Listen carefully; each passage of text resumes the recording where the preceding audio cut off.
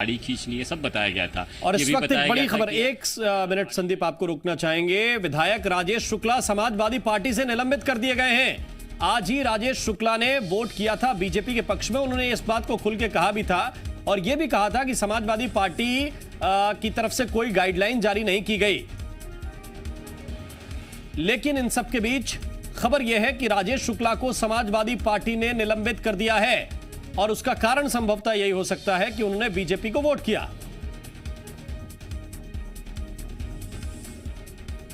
इस वक्त की बड़ी खबर आपको बता दें, समाजवादी पार्टी से निष्कासित कर दिए गए हैं राजेश शुक्ला, बाहर निकाल दिए गए हैं समाजवादी पार्टी से। इस वक्त की बड़ी खबर, समाजवादी पार्टी के अकेले विधायक हैं मध्य प्रदेश के जो चुनाव जीतकर विधानसभा में पहुंचे। पहले कांग्रेस सरकार के साथ थे, बीजेपी की सरकार बनी तो मुख्यमंत्री शिवराज सिंह चौहान से इनकी नजदीकियां बढ़ी। आज जब राज्यसभा का चुनाव हुआ तो न सिर्फ इन्होंने वोट किया बीजेपी के समर्थन में, बल्कि उसका खुल के ऐलान भी किया और पूछा गया कि समाजवादी पार्टी क्या कहती है इस पर।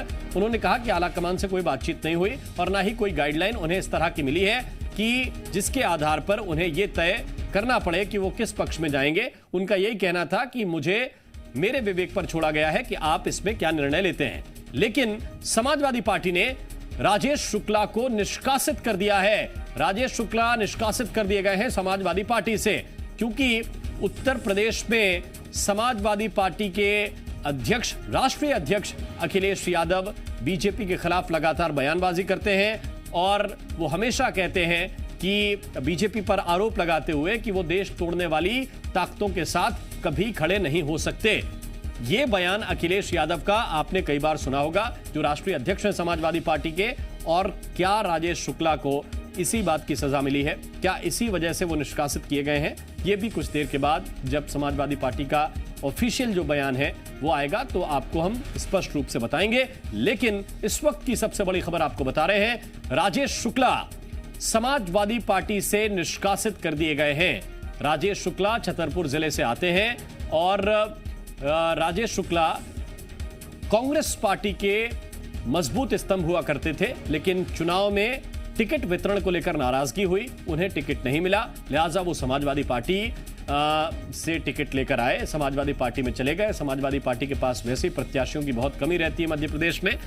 बड़ी आसानी से राजेश शुक्ला को वहां से टिकट मिला, छतरपुर के बिजावर से।